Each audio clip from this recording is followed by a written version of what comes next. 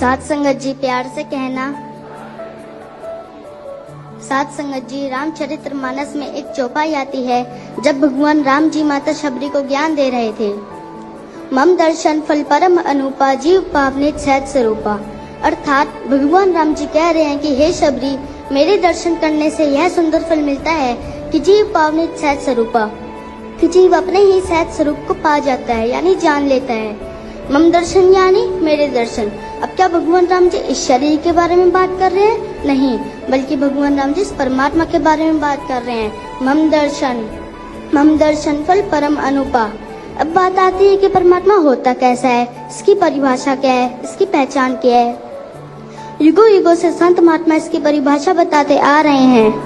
मुंडकोपनिषद में ऋषि अंगिरा जी ने बताया, यत् दृश्यम ग्रायम गोत्रमण्डम चक्षुश्रोत्रम तत्पाणिपादम नित्यम भूम सर्गतम सूक्ष्म तद्भ्यम यद भूतयोनि परिपश्यन्ति धीरा।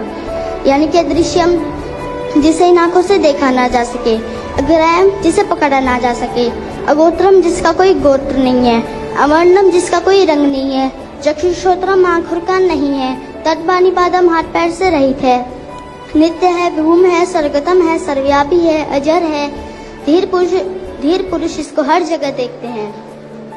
त्रेता युग में गुरु वशिष्ठ जी ने समझाया, बिन पग चले सुने बिन काना, कर बिन कर्म करे विधि नाना, आनंद रहित सकल रस भोगी, बिन वाणी वक्ता बड़ जोगी। यानी इसके हाथ नहीं है तब भी सारे काम कर रहा है, इसके कान नहीं है तब भी हम सबकी बातें सुन रहा है, इसके पैर नहीं है तब भी हर जगह चल रहा है, इसकी आंख नहीं है तब भी हम सबको देख रहा है, इसका मुंह नहीं है तब भी सारे रस भोग रहा है। द्वापर युग में भगवान कृष्ण जी ने भी समझाया, नैनम छिदन्ति शस्त्राणि नैनम दहति पावक नाशनम कलंति तापो न शोषिति मारुता।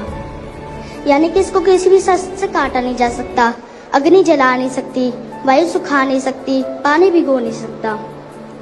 बाबा कबीर जी आए, उन्होंने भी बताया, पानी से पैदा नहीं नाहे धरे शरीर, अन्न आहर करता नहीं ताका नाम कबीर।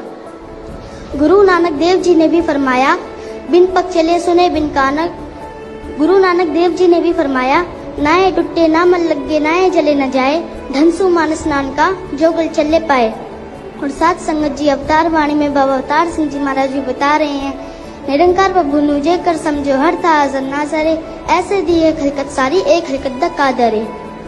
आज इस खुले बरांगन में आवाज दी जा रही है और जिस किसी के भी कानों में आवाज जा रही है वो एक बार ये विचार जरूर कर ले कि जिसकी आप पूजा करते हो, जिसकी आप भक्ति करते हो, क्या ऐसे परमात्मा को आपने देख लिया है जो हर समय हमारे साथ रहता है, एक पल भी हमसे जुदा नहीं है। आज तक किसी ने भी इस परमात्मा को पूजा पाठ जब तब से नहीं पाया है और चाहे कितना भी जतन कर लो, इस सर्वव्यापी को प्राप्त नहीं कर सकते। केवल एक ही रास्ता है इस परमात्मा को देखने का, वो है सदगुरु। सदगुरु माता सुदीक्षा जी महाराज की मुझ पर कृपा हुई तो इनकी कृपा से खुली आंखों से और बंद आंखों से इस सच्चिदानंद परमेश्वर के दर्शन कर रहा हूँ। जब मुझ जैसा छोटा बच्चा इस सर्वव्यापी को इनकी कृपा से देख सकता है तो आप भी इनकी शरण में आकर इस रमे राम को देख सकते हो, जान सकते हो, प्राप्त कर सकते हो। आज ये मौका है, ये आवाज भी दी जा रही है, जिसे देखने को है मुस्ताक आंखें वही आज महफिल सजाए हुए हैं। चले आओ बेखौफ दीदार वालों, खुदा आज घूंघट उठाए हुए हैं। अंत में दास यही अरदास करेगा, सदगुरु माता जी और सत्कार योगराज पिताजी के चरणों में सेवा, सिमरन और सत्संग करते हुए इस जीवन को परोपकार में लगाते रहें। और हे भगवान, आपने मुझ पर कृपा की, इस निरंकार की गोद में बिठाया, आपका बहुत बहुत शुक्रिया।